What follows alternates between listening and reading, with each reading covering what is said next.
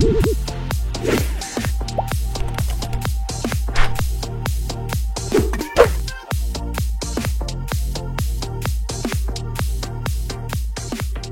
spécialité à l'INSIM, c'est composé de 2 filières. Une filière architecture système temps réel embarqué et le deuxième, interaction personne-système.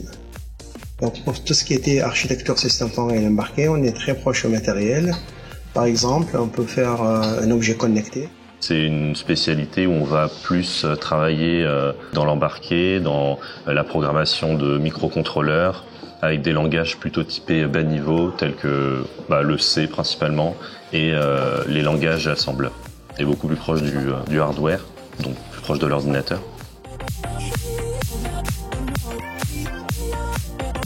L'IPS, interaction personne-système, l'objectif de former nos élèves pour contribuer à inventer le monde numérique de demain. Un tiers de formation est autour des outils de développement, des langages de programmation.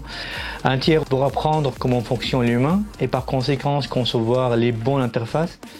C'est-à-dire que pour une application donnée, on va aller travailler avec l'humain, à la limite de la psychologie, pour comprendre qui il est, qu'est-ce qu'il fait, et essayer de lui proposer une interface la plus adaptée possible à ce qu'il a à faire, avec les moyens d'interaction les plus pertinents. Un dernier tiers est sur les systèmes, donc les systèmes de stockage, les systèmes de gestion de données et de contenu. On travaille également sur des aspects comme Big Data, Machine Learning.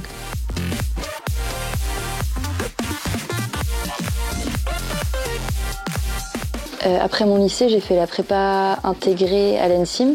J'ai accédé à l'INSIM à travers le concours EGA. J'avais envie de faire une filière qui tend beaucoup plus vers l'intelligence artificielle, la robotique et les systèmes de communication. Du coup, c'est l'INSIM seul qui répondait à mes attentes. On est une petite promo et du coup, c'est jamais que magistral. Il y a aussi beaucoup de projets. On apprend à travailler en équipe et à faire des choses concrètes. Nous, on travaille sur le projet ReamX, porte sur la réalité virtuelle. On a utilisé le jeu pour mettre le jeu au service de la technologie. Et la technologie, c'est essayer de réduire la motion sickness, donc le mal des transports. Par exemple, cette année, on construit un site internet, on a fait des prototypes d'applications.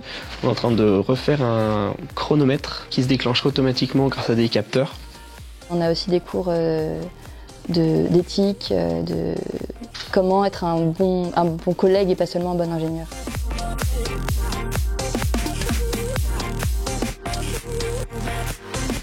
Donc nos étudiants, ils sont actuellement embauchés dans des filières informatiques industrielles, notamment par exemple chez Thales ou de la partie télécommunications et les cybersécurité qui est assez demandé, ou bien au niveau par exemple d'un contrôle, ce qu'on appellera Flight Management System pour un cockpit dans un avion. Après l'INSIM, je pense intégrer une entreprise de robotique ou d'intelligence artificielle. Ils s'intègrent un peu partout au niveau national et international, dans des boîtes de développement, que ce soit des startups, des PME, des TPE ou des sociétés de services. On en a qui vont travailler dans l'outillage pour le jeu vidéo, il y en a qui vont travailler pour le système bancaire, il y en a qui vont travailler un petit peu partout, toutes les portes sont ouvertes. J'aimerais bien travailler dans l'UX digital, donc tout ce qui est expérience utilisateur à travers les sites internet, les applications. Ce qui m'intéresse, c'est le développement de jeux vidéo. Donc la VR, c'est une des plateformes. Donc ouais, c'est à la fois une passion et un secteur vers lequel je me dirige. On leur apprend à apprendre et que les informaticiens qui sortent de notre école sont réputés pour être des informaticiens curieux. Et c'est une qualité qui est assez recherchée.